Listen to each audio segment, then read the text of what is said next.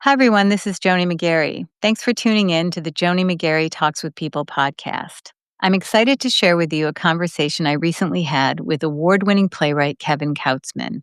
Kevin is also the host of the fascinating Art of Darkness podcast.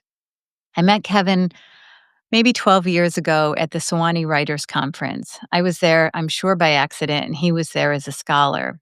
We've maintained contact ever since. He was unlike other people I knew in the theater world during the pandemic in that he did not fall into step with the ideology and narrative that most people in the arts did embrace. And I wanted to talk to him about what that was like and what it's like now to be out of step with your community and to be a bold voice in that milieu.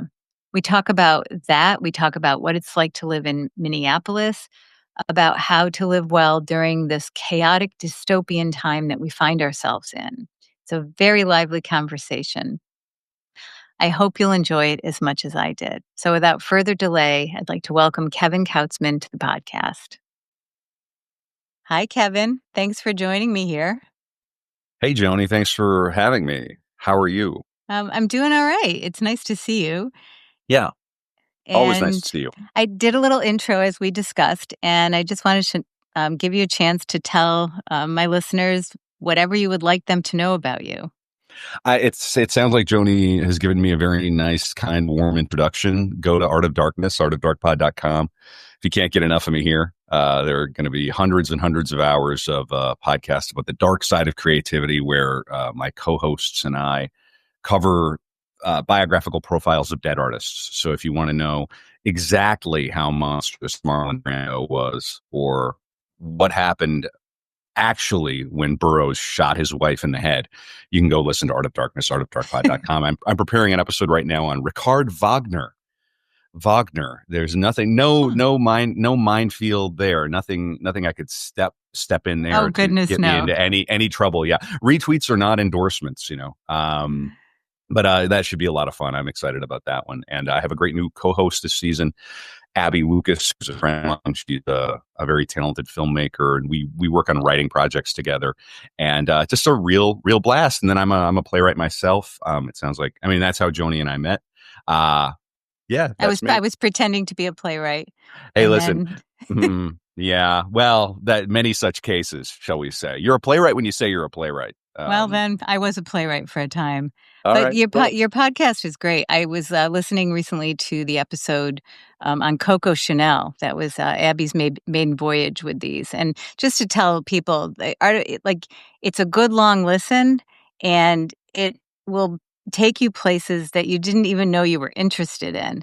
Like you did one on Mary Shelley.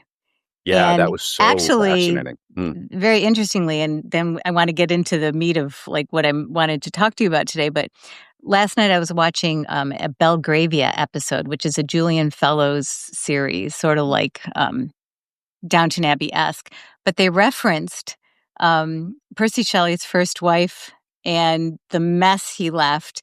And I thought, well, I know all about that from the Art of Darkness podcast. Yes. So I'll definitely put that in the show notes. Absolutely. And they were freaks before. We think we invented all this stuff in the 60s. No, they were doing that in the 19th century. They were having their free love and but no pill. It's to sort of ameliorate the downstream collateral effects damage. Of that. Yeah. Absolutely. Well. So yeah, what a time. I really enjoyed doing that episode. I had no idea. That's one of my favorite things about doing that show is that we don't really wear the mantle of experts. We're artists ourselves, and we're curious. And so much media that covers the arts is so stuffy, and if it's not stuffy, it's pursuing the sort of horrific regime agenda where it's trying to. You can't just enjoy a thing for the thing, and it has to slot into your sort of Mayan palace of rules and identity politics and what's they can't said. Help themselves. No, well, they have no other way to approach it. And they don't actually appreciate art. They don't actually enjoy art. They're just like sort of like collecting little status signifiers so they can move on to the next one, right? I've been watching. Go ahead. No, go ahead. Well, I've been watching Succession lately, which I really do enjoy. And there's a moment where one of the characters says, "This is a safe place. You don't have to pretend to like Hamilton here." The writing is so good. And they make So dark. these wicked conservative characters very sympathetic to, which of course is Which is rare. that's rare. Yeah. I did notice Yeah. in the third season of White Lotus, which I didn't really like Mm, a lot.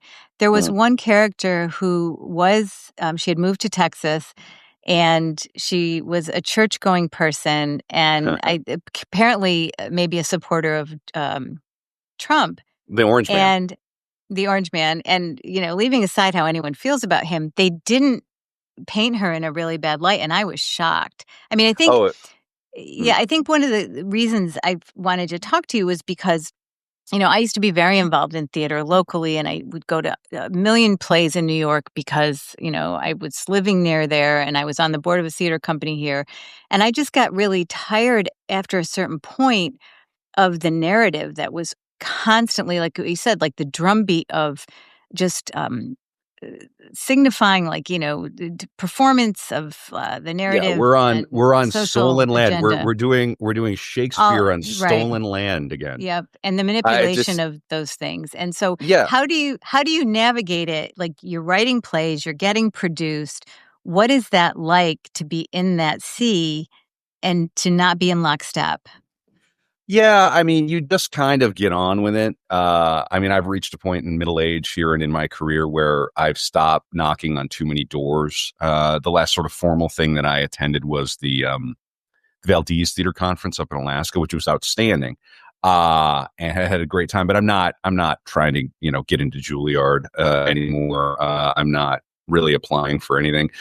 Um, And is that we just sort of, because you think you're older and just, like, you don't really need to anymore, or you I, just don't wanna. yeah, a lot of that stuff is like, it's like a young person's game, right? Like Yeah. I had the fellowship at the Playwright Center. I had the Mhm. fellowship then. I did that, and it was sort of like a last chopper out of Nam quality to a lot of that. And nobody who was in a position of authority could really prepare us for what was going to come around 2011, 2012 when the big turn happened. When the If big anything, what? the You're breaking up a little bit. When the Oh, big what? I'm sorry, I'm breaking up. Yeah. The big turn, the big cultural shift started to happen. So for you, We're that like was in woke. 2012? Okay. Yeah, we were seeing that. I mean, if anything, one of the best things that came out of my graduate education was that I got an early exposure, especially in the theater. I got an early exposure to the thousand-year theater kid Reich. Like that guy with the funny nails in the White House. You remember that video Oh, I during do the remember Yeah, that. I that none of that surprised me because I'm like, oh, these are just the theater kids have taken over. They've taken over Right. human resources. They've taken over the White House. So I was a little bit inured to it. I can only imagine what it was like for somebody who like manages a subway in rural Ohio to suddenly see this hit their TV screen. I mean, it had all Mhm. the qualities of Hunger Games, but having gone to grad school when I did finish in 2013, I kind of saw it coming maybe a little earlier. Um, but yeah, what's my point? So navigating it, I have my own little theater company now. We do what we want to. We don't go around and we don't say pronouns. We don't even make a big thing of it. It's just we just don't do it. I don't participate in it.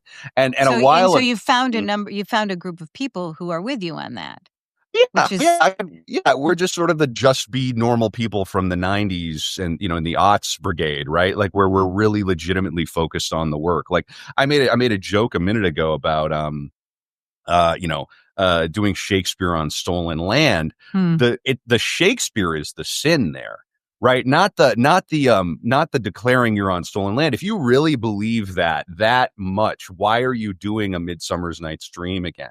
Why are you queering a Midsummer's Night's Dream again if that's your priority?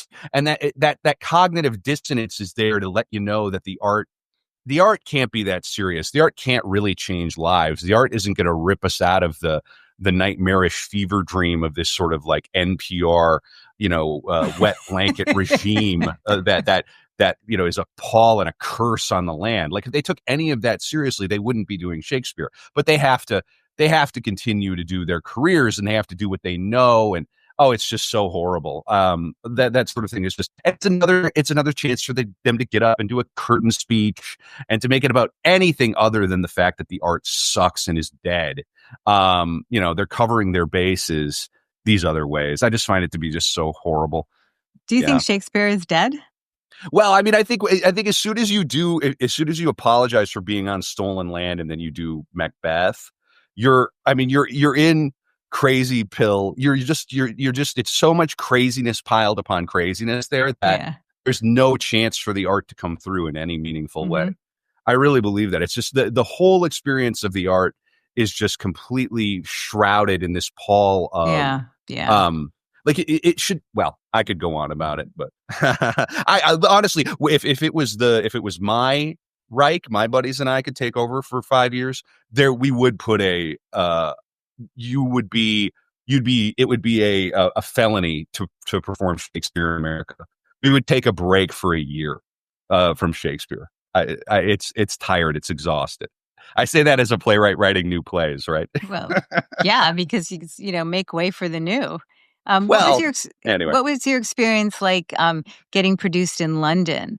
Was it better or worse? I mean, okay, let's Well, talk a little bit about that play because I read it sure. and it stays with me. It's called Yeah, moderation. Moderation, and it's a very tight spare drama, and it doesn't do all the heavy lifting for the audience, which I love.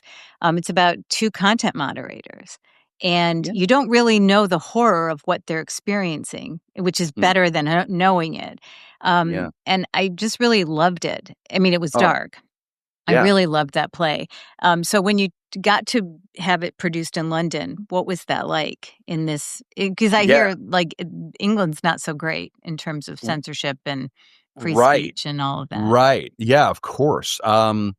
Yeah, it was an interesting experience. I love the people involved in it. We did a great cast, director who I've known for a really long time, Lydia Parker. She took it up, and they did a fantastic job with it.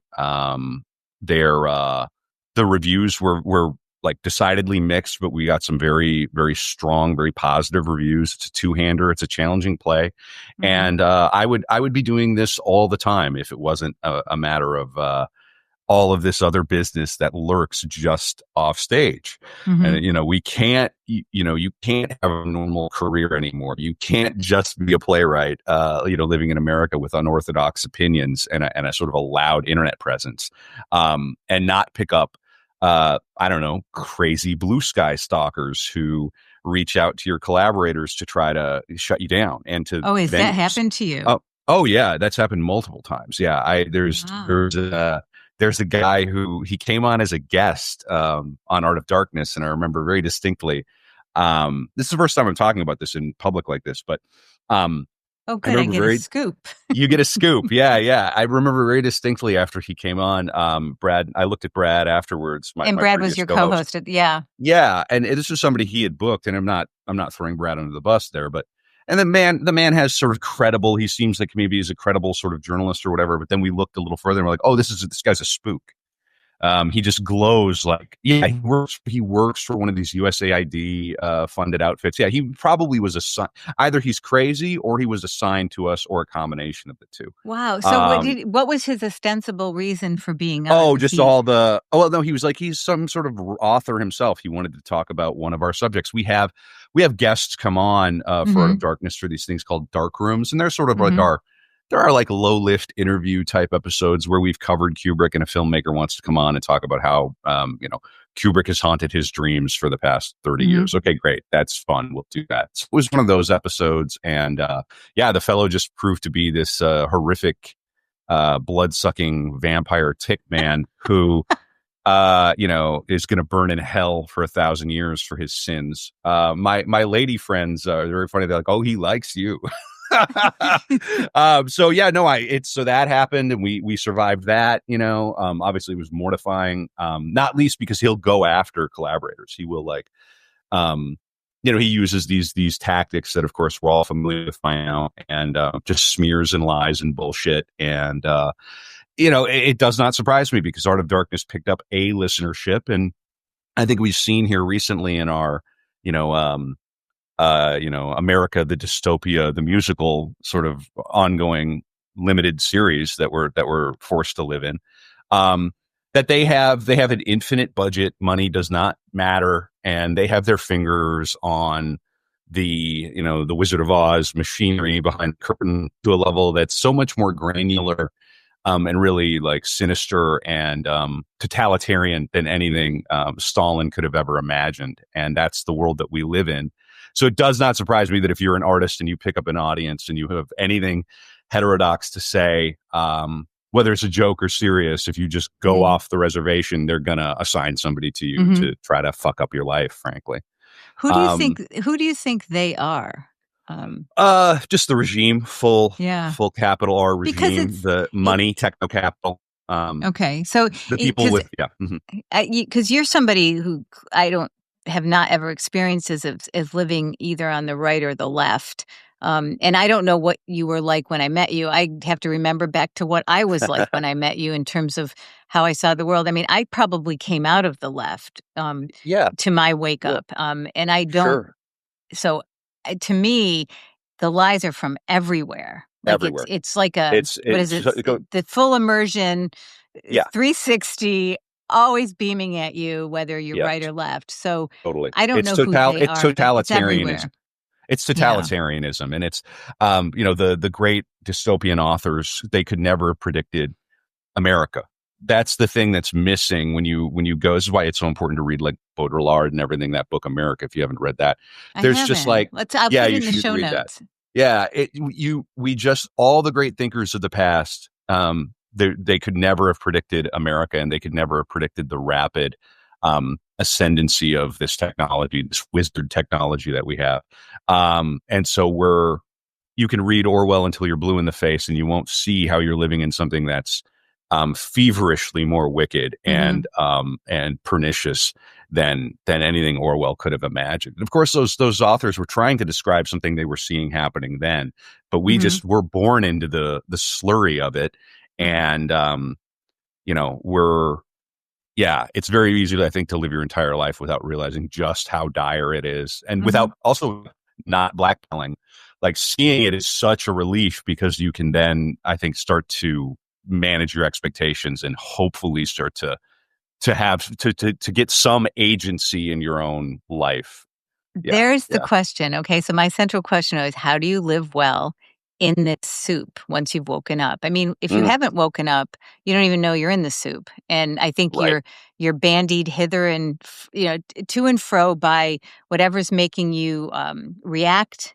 And I mean really react and respond and get more and more extreme. I mean, I think that it's all designed to make us like reactionaries in some way, right? Yeah. And so once you Right. see it, like when for you, when was your like, oh, Uh, there's a chink in this armor? Because mine was pretty small.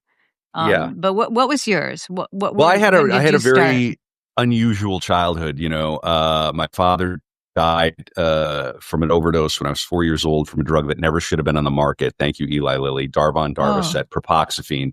You can look it oh up, God. and that affected me at a very young age. And so I grew up in a very sort of chaotic environment. I was exposed to the my great aunt and great uncle, who grew up speaking German, helped raise me. So I was exposed to And this that. was in North Dakota, North right? Dakota, Uh huh. yeah, yeah, and then so I was exposed to that. We were raised Catholics, but also my parents taught in public school. It was a Mm. very, very strange schizophrenic upbringing, because, of course, a great poster on Twitter once said, American public schools are Yankee madrasas, and I've never forgotten that. So to be raised, and roll that around your head for a few minutes.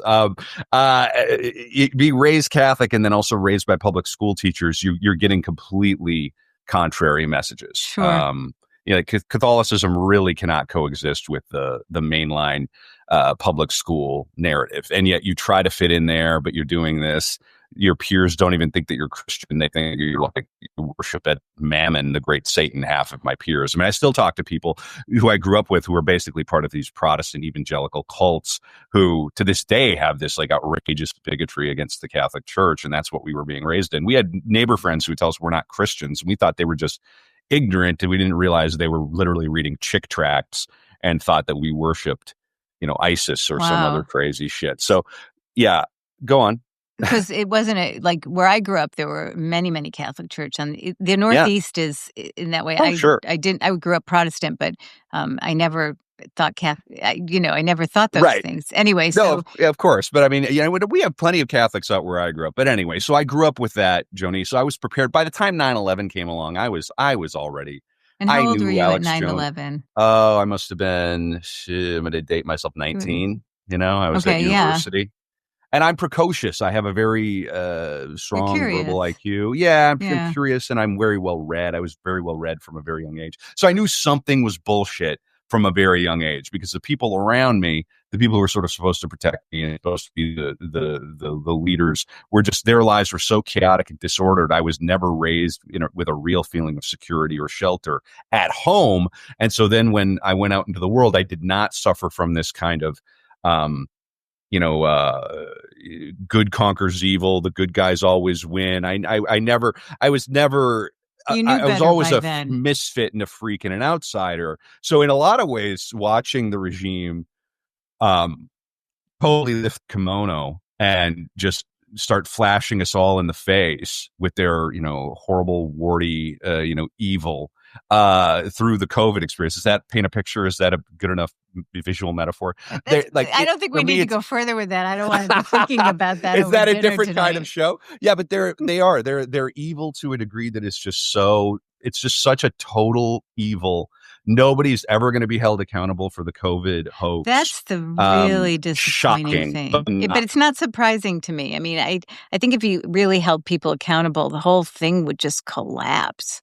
That's a whole different topic, but, Well, it's yeah. I mean, here's the thing to ask you, Joni. Like, when's the last time you felt like any material quality of life has started to improve for you and your own in your day to day life? Mm, I it's I live in yeah, the Twin Cities of Minnesota. Okay, I managed to get my hands on a little office condominium here. Okay. mm, As soon as I move in, the one grocery store downtown here in St. Paul, the capital of Minnesota, where the government workers were only ordered to come back half time this year after so COVID. still, They had a nice long sabbatical. They had a nice wow. long time to work at home in their pajamas. Okay. Good for them. Fine. The one grocery store downtown here across the way shuts down. And then they proceed to tear up all of the streets and the roads outside. It's a complete tractor pull crazy thing out here. We have an open air drug market right across the way for the because of the public transportation. I can't take the public transportation back after, like, if I'm over in Minneapolis for the evening. I might take it over, but on the way back, I won't take it back because they're smoking heroin in the car. Right. I lived in New York for 7 years. I've never seen anything like this. Nobody Well, in Minnesota knows what to you do. might see it soon in New York, I but listen, coming yeah. attractions. And now in this Um, building that I have, let me just finish one second, Joy. yeah, This building that I have, you know how it's like you live at a high rise, or you have in a high rise office, you buzz people up. They come right, up to the right. floor that you're on. Now in our building, because something happened, if you have a delivery, you got to go down, because if you want to get into the elevator and go to any floor except the first floor, you got to fob it every time you get into the elevator. So Oh, now I'm a bellboy in my own building because I assume some boomer or some paranoid whatever, somebody got into the building. My point is, you can listen to me and go, that guy is a whack nut. That guy is so crazy. He's an extremist. He's so far out. Ask yourself, when has life started to, like, in your lifetime, what has gotten materially better in America, mhm, from traffic to safety to just aesthetics? Look around. It mhm, just gets mhm. uglier and uglier. And the people seem to get dozier and dozier, and their eyes just seem deader and deader. Yeah, And I've it's noticed that everywhere. too. People are, and it could be because of pharmaceuticals. It could be just because people aren't uplifted anymore by anything real or valuable or moral or spiritual. But yes, I think as far as the environment we're all living in, I think things have gotten quite a bit worse. It's But ugly. not all, it's ugly. It's difficult for our kids. I mean, for me, the thing that's gotten better for me is my internal life, right? Mm, And I think some mhm. of that is just, having gone through this convulsion of COVID and started to wake up. Like you said, it is a relief. It is a relief to think, oh, well, I don't have to now take this position or that position because I don't even know if it's a bot or a human that's telling me something online. And I read this very compelling manuscript. It's not published yet about sort of that kind of thing. And it also works in very strict Catholicism, which is incredibly interesting. I'm going to interview the author, Based. who is an AI professor at IU. It very, very interesting. But it just sort of woke me up to the fact that unless you know personally who you're talking to online, you have no idea what that thing is. And I think it constellates out to all the news and everything else. So once you realize that and you start getting back to in-person conversation, to being outdoors, to taking care of your family, I mean, I think that's the only way forward. But everything around us, we're in decline. And Oh, it's so and apparent. and I don't Yeah. wanna be black-pilled, but it's like, I guess the question is, what does one do, right? So, what does one do to not contribute to the decline, to maybe do a little something to make things better? I don't know. Mm. For some people, it's God, for some people, it's family, art. How do you do it? Like, what do you think is a productive contribution somebody can make knowing the what Sure. we're up against? Absolutely. Schizophrenic podcasting. Long rants on a podcast. Well, no, I mean, it's sort of anything to fight the alienation. Because the end product is alienated widget consumer beings who feel angry and fearful and isolated all the time. The Uh, isolation is really something, and I think it's, we've for many decades now, you weren't really taught to value where you were from, to value your family. There's an erosion of that. And I always used to just sneer at anyone who would suggest, family first, this or that, right. because I was like, oh, please, It's very low you know, class. It's very low class, to, very and isn't it? very, Ooh, it's so low class. And so, like, you graduate, you try to be upwardly mobile, you leave your home, and then you're far flung and you have a sense of you're being adrift. And so we're easy to target by the algorithm and and all the division yeah, that's happening too. I'm not absolutely. very Well, eloquent about it, but yeah, sure, of course you are. it's Yeah, bad. I mean, it's it's very, really, very it's bad. it's evil. It's evil. They're wreaking. This regime is wreaking more havoc and creating more human suffering than any in the history of the world. There's never been anything like it. Once you really accept that you're in a spiritual war and it really is good versus evil, you have a choice to make, and that there's a group who maybe not even wittingly, right? This is the Oh, other I thing. You think a can lot read, of people are unwitting of course. tools Oh, in this. participate. Of course, they have to be. Yeah, that's the genius of it. Uh, Right, because you where could never say to somebody, "Hey, let's just say we're gonna make a really bad pharmaceutical product. Um, right, are you on board? right, Might kill right, right. might No, kill some yeah, people. Hey, sure. do your Hey, best work." of course not. Yeah. And yeah, so that's the only reason that it works at the scale that it does. And then it is crazy making. And people will just naturally fall in line and defend it because so much of their own lives, they know we're like these squishy little bags of meat. And I couldn't go out and hunt a deer and like protect myself from the wilderness if things went to hell in a few weeks. So you're up against that. And but it's just this constant refrain of like psychic warfare waged Wait, against you. constant refrain again of what? Because you broke up a little Psychic, bit. it's like psychic psychological warfare that's just constant. It's incessant. If you let them put you into a state of fear, you'll just live in a state of like low level fear your entire life. And the real proof of that is in this COVID business. It happened so quickly because people were primed for it. People Mm. were ready to be locked down. People were ready to surrender their freedoms, whatever freedoms Americans believe that they have. That you don't get millions and millions of people to fall in line like that if there isn't a total program of, trauma-based mind control Oh, that's been exactly. going on for decades.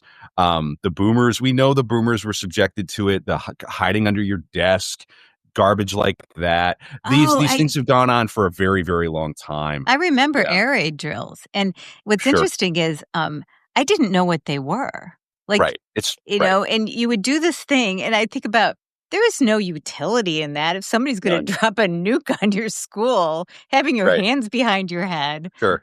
It's so it about right. isn't. What it is It's it's about about, again, it's a program of trauma-based mind control that they run on the population. right. We say There are there's something to be afraid of, and you go, "Oh, I gotta do this," and they right. tell you what to do. So, yeah, go Right. on. And they're teaching you that badge means something. They're teaching you about hierarchy and authority, and that the state has this final authority. If the Mm, state can do to us what they did to us during COVID, Americans have zero freedom. You are not free. You've never been free. It's always yeah. been lies and bullshit.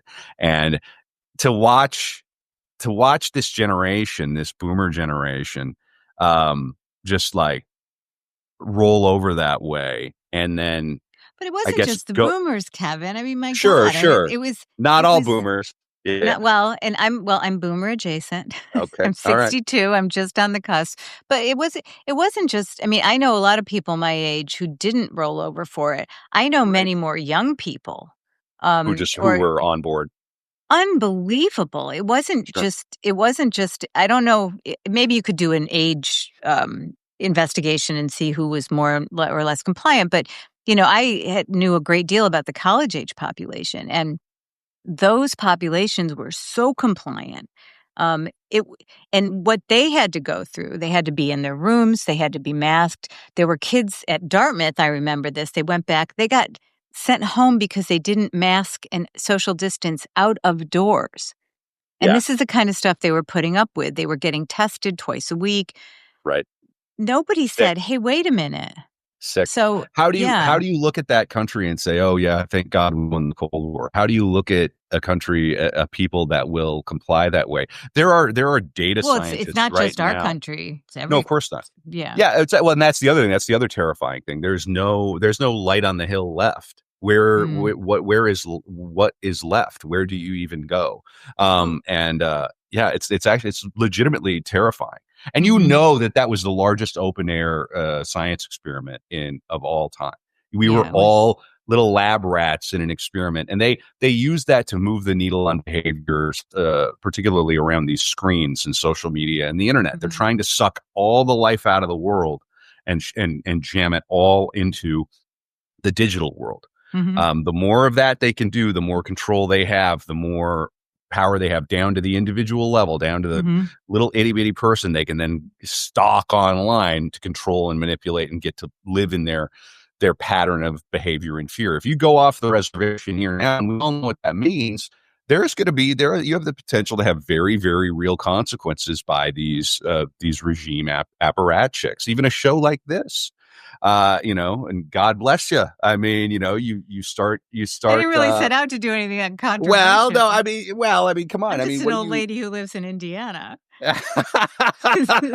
Listen, and I'm a middle aged man who lives in Minnesota, but and again, I don't think that what I'm saying is that wackadoo. I mean, I think No, maybe that's the 20 years ago, thing. people would have, yeah, I mean, people didn't like my friends, and I would say on the left because it ended up being more of a right left divide during COVID. The people who woke up were a little bit more liberty minded, although the libertarians were just terrible on this. They were all on, ugh, don't even get me going. yeah, But at that time, I mean, if you said something about the Constitution or freedom, it just didn't track with them. But now, what I find interesting is now that Trump's in office, um, people like on that side of things, somebody mentioned me like yesterday, or the day last week. I'm really concerned about our Constitution. I'm like, well, gee, where were you 3 or 4 years ago? Like when you were it's showing not your worth papers and it's not I worth anything. It's the no. Constitution is not worth anything. It's just a Right, but LARP. my It point doesn't is mean that anything. Yeah. people get concerned about it depending on who is in charge, and there's Oh, no of course, there's no there's of no there's course. no true Yeah, yeah. north on that. Yeah, Right, so right, right, right. Well, yeah. It's just totally. I understand what you're saying, right? And then when they install another Biden type, then the right will be concerned about the right, Constitution. Yeah, right. it's just a LARP. I mean, it's all kayfabe. just it's World Wrestling Federation Well, horseshit it's up and down it the sure line. seems that way, and then again, it always comes back to me, what's the practical way to move forward and be useful in the world? And, you know, like, I don't know if you know Monica Perez, so she's a podcaster, and she, was a recent guest on this podcast, and her thing is you just gotta kick the can of tyranny down the road.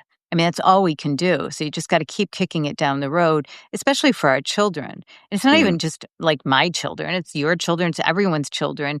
They're growing up in a materially different world than we did, and, at least we had, I don't know, I'd like to think I had a better life, you know, I at least I had the illusion that things were real. I mean, it was good and and better, I Yeah. think, but yeah. But back to what you were saying about wanting to get everyone sucked into the screen world. I think one of the things that COVID really accomplished was it put an iPad in every kid's hand, right? Every kid's It got hand. every kid on a screen, and Yeah. it's God, and one of the most disappointing things, but unsurprising things to me in this was the teachers. The teachers they were so eager. See, the teachers have all seen their peers and I was raised by school teachers, and mm, I was raised by some good ones, but I've seen it from the inside. Public school teachers in America, and that system is so rotten and so wicked, and at the heart of so many things that are wrong with this country. Um, that it did not surprise me that they were that quick to throw these children under the mhm, bus and then to go home and work in their pajamas. They've mhm, seen their peers who made different choices. They all got a sister or a cousin or an auntie or a niece or a nephew who makes more money than they do doing an email job at home. So when they got their shot to go and be at home in their pajamas, the great sabbatical, okay, mhm, they were very, very happy to accommodate Bill Gates and to throw those children in front of those screens with the justification that we're preparing them for the future. They're going to need to know how to do this anyway. It's just horrific. It was a human rights crime on a scale. I mean, I had, suicidal family members during that time. People just mm, despair. And and to just know that we live under this regime of control, that especially if you're in a blue city and the mayor just gets his bullet points from on high, you're going to be living in suddenly a Soviet style mm, gulag prison camp for the yeah, indefinite future. What that alone, just that message, even if it had only been for 2 weeks, that message alone that they can do that to us is so wicked and cruel that frankly, like blood should yeah, be running in the streets. He and said it it in and it Minecraft. well, Uh, but, but uh, it's not but gonna it never will. happen. Yeah. Yeah. Because people are One cowards. thing, I don't agree that all teachers are that way at all. No, of course not. Of course You not. know, but Yeah. I do think at the top, my God, it was terrible. When you were talking about the city thing, you had a very unlucky thing. And I thought, well, I'm not standing next to this guy in a lightning storm. You were living in New York City in Manhattan, Yeah. and the lockdowns hit. And you were like, well, we got to get out of here. I'm going to We're move back to pregnant with our first Minnesota. son. Right. Yeah. And Yeah. so you escaped that tyranny in New It York was City, horrible. and It was like a boot. you moved to Minneapolis. And how long was it before the George Floyd situation? It's like Oh, not very long. a month, 6 weeks. I remember it was the first sort of warmish day during the lockdowns. We were over here in St. Paul, and it was an unusual day, and it was Memorial Day, I believe. Was It it? was I that. can't remember. I think it was. It was that Monday. It was a holiday Monday. I'm pretty sure. I'll double check. And it just was like something was in the air, and Minnesotans have a sort of have a there when there's a how to say this when the first kind of warm day like that hits in Minnesota, everybody comes out and everybody's forgotten how to be a person because it's just so many It's because it's winter so so cold for long. so long and everybody goes Uh, goes a little stir crazy and you yeah, got where a I little went to cabin college, it fever was in the like air. that. It's like Yeah, winter in July, and exactly. yeah, Yeah. So yeah, we were very, very unlucky. yeah. and we lived through that. I'm pretty sure it was on or around the Memorial Day weekend when that event occurred. Mm, And I abhor violence. Let me just say this straight out of the Mm. gate. I absolutely abhor Oh, violence. it's awful. In And we're Minneapolis so Police used to Department, it. yeah, we're inured to it. We're numb to it. We are.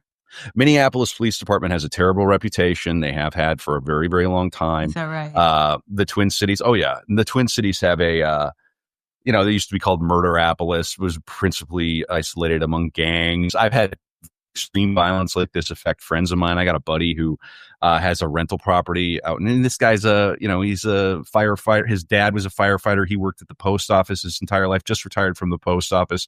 He's managed to put some money together, move himself Mhm. and his kids into the suburbs. His kids are in Taiwan right now with his wife. It's a long story, but Mhm. they have a rental property out here.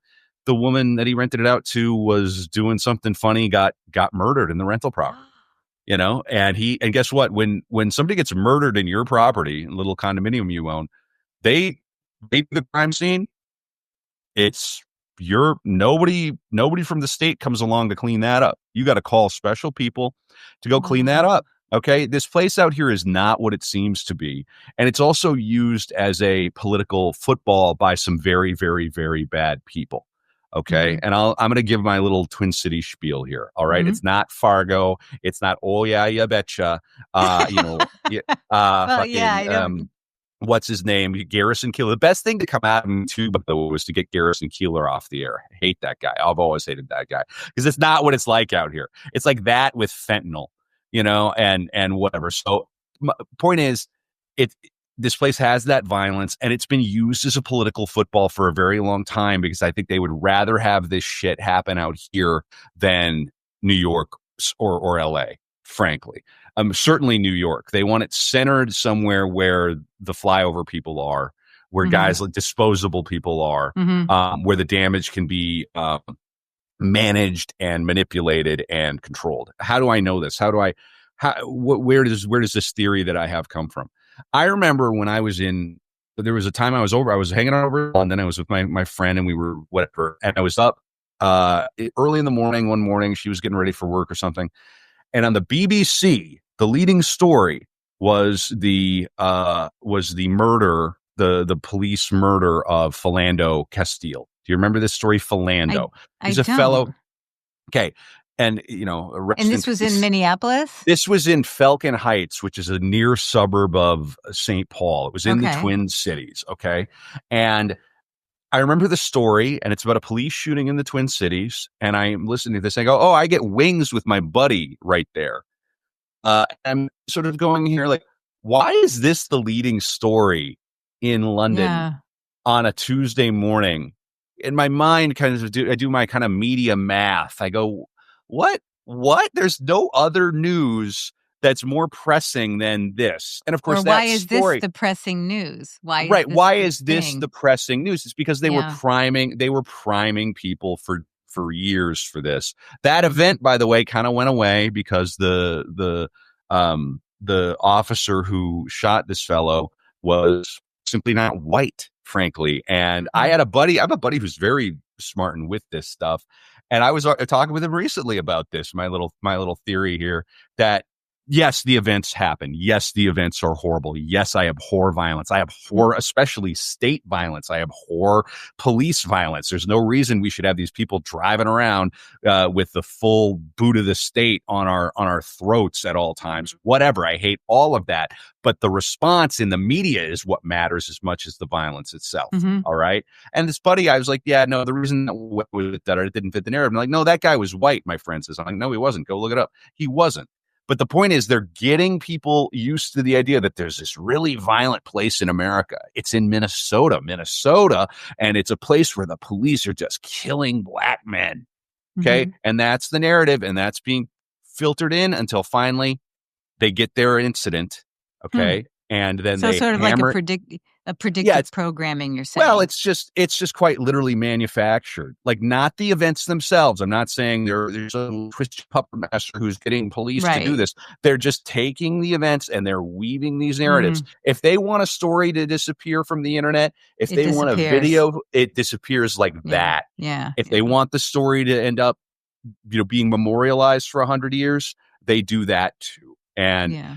obviously a horrible event. I completely, despise police violence. I despise racism. I truly, I hate it. And we had to live through this, and it's not a good place to, it's not made this place any better to like Yeah. raise children and to be, but the point is that they use the media to control. In Minnesota, we have no defenses. Our ass is just up in the air because we have no native, call it indigenous, whatever. We have no Minnesota media that's independent, that has any clout or any reach. And I think if That we has even any tried to clout get, is the we, that's it would that zero. So if the New York Times wants to make us out to be bigoted, racist, with killer cops, that's what we are. right, And right. then good night. The rest of the story just writes itself.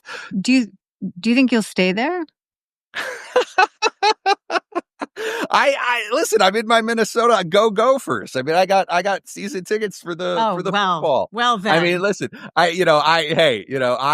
Joni, I don't love the state, as in the Mhm. apparatus of the state, but I love the people. I Okay, good. do. There's okay, so Yeah. then okay, so getting because we're getting a little bit toward the end of our time.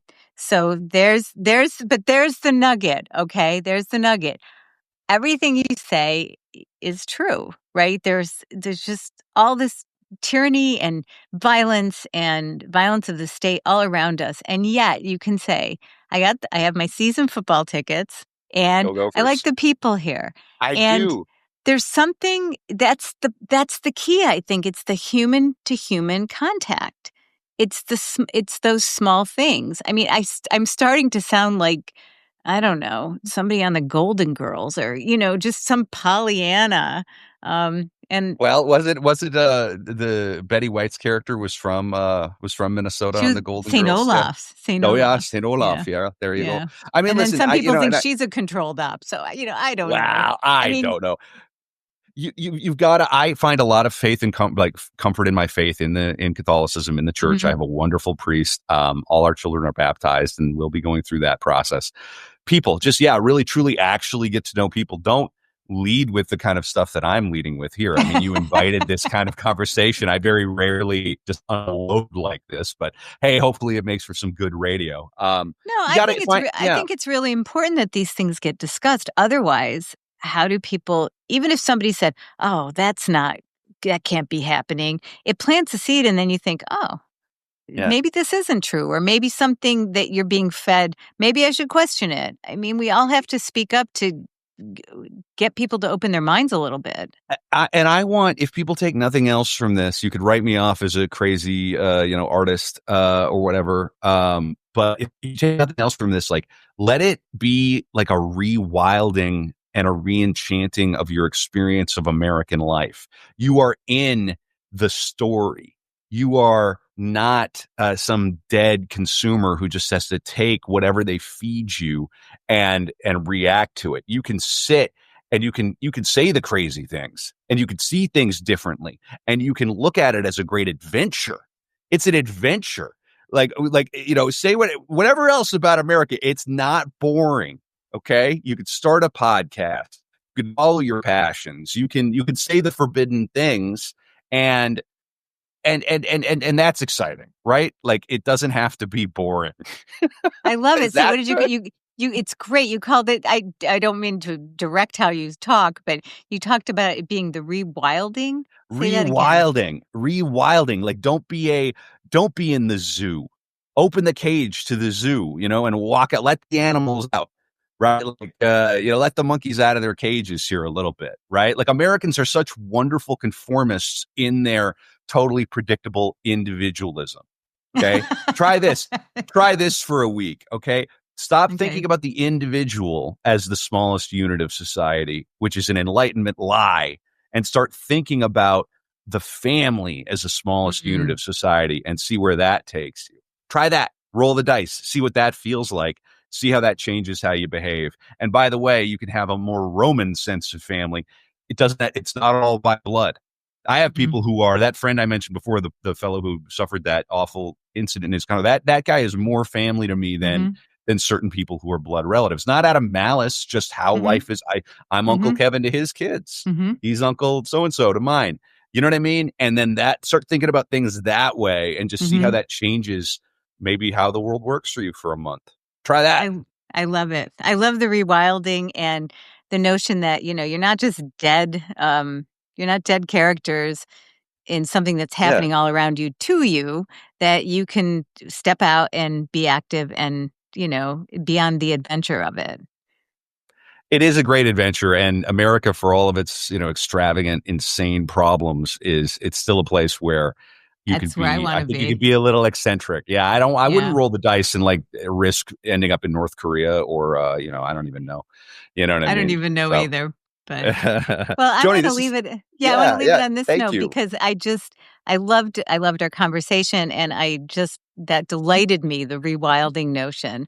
Um, I'm going to put some things in the show notes, but just if you could briefly tell people where to find you, and I will, if you and I will talk afterwards, and I'll make sure the show notes are all up to date, meticulous. Cool. Yeah. Go to artofdarkpod.com. That's the podcast about the dark side of creativity. You can go and get a copy of my play Moderation from the great Broadway Play Publishing. Highly It's recommend available now. that. You may also be interested in a radio play that my friend Abby and I wrote called Basilisk, which is about AI and technology Hmm. taking over our minds. Oh, Um, sounds and like a light putting us read. yeah, well, it's a radio play, so you can go listen to it online. Hmm. Basilisk. Thank you, Joni. This is a lot of fun. I don't get a chance to rant like this very often. My friends don't really let it happen so much Oh, I anymore. hear So, you. I know. I know how that but is. just saying, here's the last thing: never give up. Okay, never give up. Never despair. Never. The black pill is just the first of many other mysterious pills that you can take afterwards, and again, just like your humanity is at the heart of what you are and what you have, and that's what the vampires want to take from you. So Yeah. don't, if anything, just don't let them win out of spite. All right. On that note, thanks for coming on, Kevin. Thanks, Joni. Good Okay. luck with the show. Thanks.